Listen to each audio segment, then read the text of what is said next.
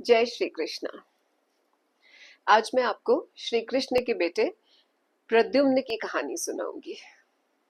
तो भगवान श्री कृष्ण की ये कहानी उस समय की है जब तक वो मथुरा छोड़कर द्वारका आ चुके थे और द्वारका में आकर के वो द्वारकाधीश बन चुके थे।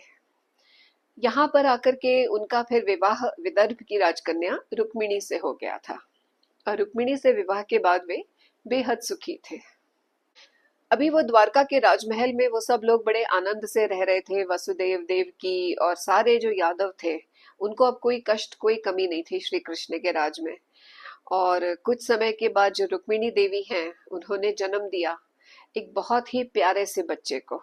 एक बहुत छोटा सा प्यारा सा उनका बेटा पैदा हुआ जिसका नाम रखा गया प्रद्युम्न। प्रद्युम्न मतलब जो अत्यंत वीर अत्यंत शक्तिशाली हो वो होता है प्रद्युम्न। और बच्चे का जन्म हुआ, पूरे द्वारका में खुशियां मन रही थी। रुक्मिणी जी की तो आनंद का कोई पार नहीं था, इतना अच्छा दिन आ गया था, उनका बेटे ने जन्म ले लिया था। लेकिन इसी बीच कहीं किसी दूसरी जगह थोड़ी हलचल मची। क्या था कि एक असुर था, एक दानव जिसका नाम था शंबर, शंबरासुर। ये जो शंबर नाम का जो दानव था, इसको इसने सुना था ऐसा कि ऐसी भविष्यवाणी हुई है कि मुझे मारने वाला कृष्ण का बेटा होगा। तो वो जो है उसको जब ये पता चला अपनी नगरी में बैठे बैठे, उसकी जो नगरी थी वो ओशन के पास थी उसकी भी, लेकिन द्वारका से काफी दूर थी। उसको जब वहां बैठे बैठे ये पता चला कि श्री कृष्ण के पुत्र ने जन्म ले लिया है, तो वो माया से अपना वेश बदल करके वहां चला गया रात में।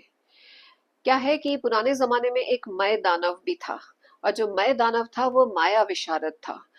He was the master of illusion. उसको बहुत कुछ ऐसी मायाएं आती थी जो किसी को नहीं आती थी, ऐसी ट्रिक्स, ऐसी सोर्सरी, ऐसी चीजें।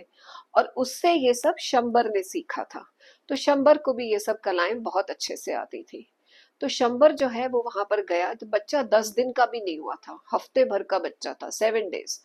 और वहां जाकर के उसने अपना वेश बदल के वो वहां गया और रात में चुपके से घुस गया सूतिका ग्रह में। सूतिका ग्रह में जब वो घुसा तो ही वॉज इनविजिबल, किसी ने उसको नहीं देखा, वो अदृश्य था, मायावी। और वहां जाकर के उसने उस छोटे से बच्चे को उठा लिया और उठा करके उसको उसने गोद में लिया और वहां से निकल गया। अब वो ये सोचने लगा उस बच्चे को ले जा करके, मैं क्या करूं इसको, क्या करूं इसका, ये बच्चा मेरा वध करेगा, ऐसी भविष्यवाणी है, तो मैं ही इसका वध पहले कर देता हूँ। असुर ऐसे ही होते थे, अगर उन्हें पता चलता था कि उन्हें कोई मारने वाला है तो वो उसको पहले ही मार देते थे, भले ही वो बच्चा हो, उन्हें इससे कोई फर्क नहीं पड़ता था। जो श्री कृष्ण के मामा थे कंस, वो भी तो यही कर रहे थे। उन्होंने जब सुना कि उनकी बेटी देवकी का 8वां बेटा उन्हें मारेगा, तो सबसे पहले तो उन्होंने प्राण प्रिया बहन देवकी के ही गले पे तलवार रख दी थी उसकी शादी के दिन, कि मैं अभी के अभी इसे ही मार देता हूँ, जब यही नहीं रहेगी तो बेटा कहाँ से आएगा। तो ऐसा इन सबका, जो दुष्ट लोग होते हैं ये ऐसा सोचते हैं कि ये विधाता से जीत जाएंगे और विधाता ने जो लिख रखा है उसको बदल देंगे अपने वायलेंस से, हिंसा से, दूसरे का बुरा करके। तो इसीलिए शंबर ने बच्चे को उठा लिया और वो ले जा करके उसने उसको समुद्र में फेंक दिया कि ये बच्चा यही डूब कर मर जाएगा और कहानी खत्म, अपन आराम से रहेंगे। शंबर चला गया अपनी नगरी को और यहाँ सुबह द्वारका में कोहराम मच गया।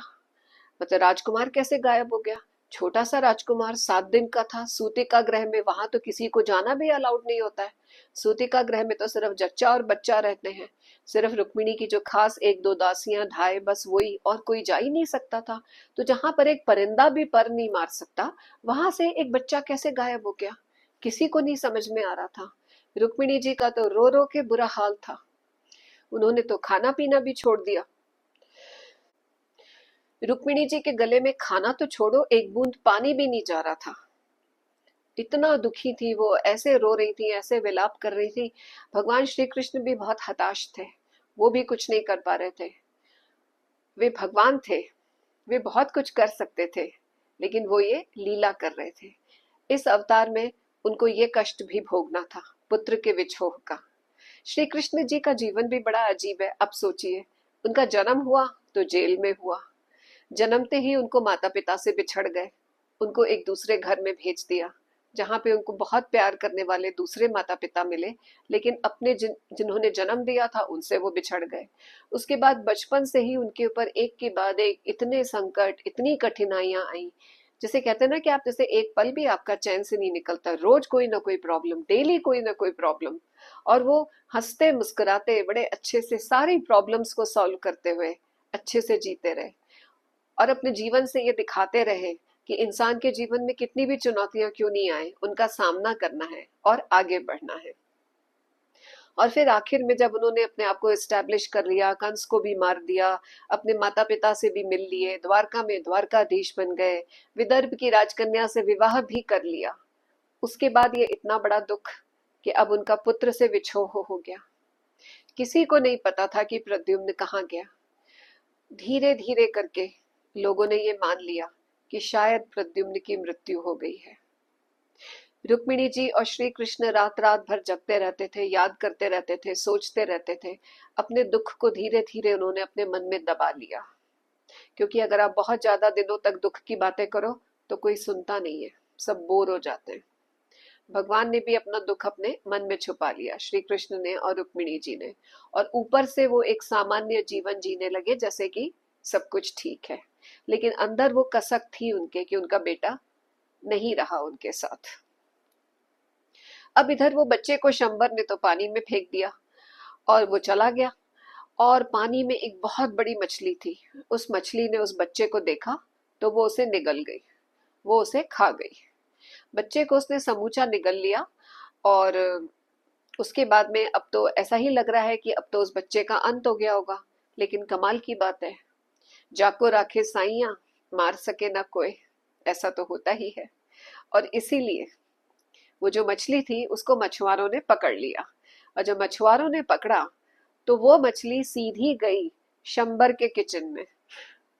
शंबर का जो महल था, उनके किचन में जो रसोइये थे, उन्होंने वो मछली खरीदी कि ये बहुत बड़ी मछली है, ये बढ़िया है।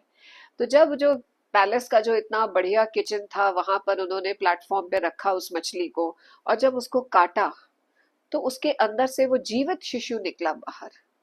अब वो शिशु इतना सुंदर, इतना सुंदर, उसमें से ऐसा तेज प्रकट हो रहा था, क्योंकि आखिर तो वो श्री कृष्ण का बेटा था, उसका तेज छुपाए नहीं छुप रहा था। उसको देखकर सारे रसोइये भी आश्चर्यचकित हो गए। मछली के पेट में एक जिंदा बच्चा। मछली की जो जठराग्नि है, वो जठराग्नि भी उस शिशु को नहीं जला पाई थी, बिल्कुल ठीक था वो। उसी समय रसोई में खड़ी हुई थी मायावती। मायावती शंबर का जो रसोई घर है उसकी इंचार्ज थी, एक सेविका थी, और जो किचन था वो उसके जिम्मे था। रसोइये सब उसके अंडर काम करते थे। मायावती एक बड़ी रहस्यमयी सी थी, उसे उसके बारे में ज्यादा कोई नहीं जानता था। वो कौन थी, वो कहाँ से आई थी, किसी को उसके बारे में कुछ भी नहीं पता था। ज्यादा बात भी नहीं करती थी लोगों से, बस अपने में रहती थी। उसने जाके उस बच्चे को देखा तो वो भी उसको देखकर थोड़ी हैरान हो गई कि ये इतना इतना तेजस्वी बच्चा, ये कौन है। फिर उसने धीरे से उस बच्चे को उठा लिया, अपनी गोद में ले लिया, और फिर उसे वहां से ले गई। बच्चे को ले जाकर के उसने अंदर कमरे में पलंग पर रख दिया। थोड़ी देर बाद जब वो छत पे गई तो वहां पर देवर्षि नारद जी आए। देवर्षि नारद जी ने मायावती से कुछ बात करी। उन्होंने उसे बताया कि ये श्री कृष्ण का बेटा प्रद्युम्न है। तो उन्होंने जब उसे ये बताया तो मायावती बोली अच्छा। इसके बाद वो तो चले गए नारद जी और मायावती जो है उसने उस बच्चे को रख लिया अपने पास। अब वो उसकी देखभाल करती थी। जो बच्चा था वो बड़ी जल्दी बड़ा हो रहा था। मतलब नॉर्मल बच्चों को बड़ा टाइम लगता है बड़े होने में, पर वो बच्चा बड़ी जल्दी जल्दी बड़ा हो रहा था। उसकी पूरी दुनिया जो है वो मायावती के इर्द गिर्द घूमती थी। She was the nucleus. वो ही उसका पूरा ध्यान रखती थी, उसके खाने पीने का, उसके सोने का, उसके कपड़ों का, हर चीज का ध्यान वो रखती थी। तो प्रद्युम्न सिर्फ मायावती को जानते थे और किसी को नहीं। शंबर के उस महल में वो पल रहे थे जो शंबर उनका शत्रु था, जो उन्हें मारना चाहता था। उसी के महल के किचन के जो क्वार्टर्स हैं वहां पे वो पल रहे थे, और शंबर को ये पता भी नहीं था कि उसका जो शत्रु है वो उसके ही महल में है। इसी तरीके से समय बीतता गया। मायावती की आंखों में हमेशा एक उदासी सी रहती थी। ऊपर से तो वो सामान्य दिखती थी, लेकिन फिर भी ऐसा लगता था जैसे अपने अंदर वो बहुत कुछ छुपाए हुए है। कोई ऐसा जख्म है उसके अंदर, ऐसा घाव है जो भर नहीं रहा। किसी चीज का उसे इंतजार है, किसी चीज का या किसी इंसान का, ये नहीं कहा जा सकता था। पर मायावती अपना काम अच्छे से करती थी। शंबर के किचन में कोई प्रॉब्लम नहीं होती थी, वहां सब ठीक से चलता था। ऐसे ही समय बीतता गया। प्रद्युम्न को पढ़ना लिखना सिखाया मायावती ने, प्रद्युम्न को हर चीज सिखाई मायावती ने। धीरे धीरे प्रद्युम्न बड़े हो रहे थे, अब वो किशोर हो गए थे। और मायावती जो है उनकी शिक्षा का विस्तार भी कर रही थी, सब कुछ उन्हें वो ही पढ़ाती थी। काफी चीजें उन्हें, काफी विषय पढ़ा दिए थे, काफी चीजों के बताने के बाद भी अब वो उनको जो मैजिकल टॉपिक्स हैं, जो टॉपिक ऑफ मैजिक है, और जो ऐसी विद्याएं हैं जो ऋषियों को आती हैं और देवताओं को आती हैं, गंधर्वों को आती हैं, यक्षों को आती हैं, वो सारी विद्याएं, वो सब भी वो धीरे धीरे प्रद्युम्न को सब सिखाती जा रही थी। तो उनकी शिक्षा में कहीं कोई कमी नहीं थी, मायावती ने पूरा उस चीज का इंतजाम किया हुआ था। प्रद्युम्न को भी वो सब सीखने में ज्यादा समय नहीं लगता था, बहुत फटाफट वो सब सीखते जा रहे थे। He was a good student.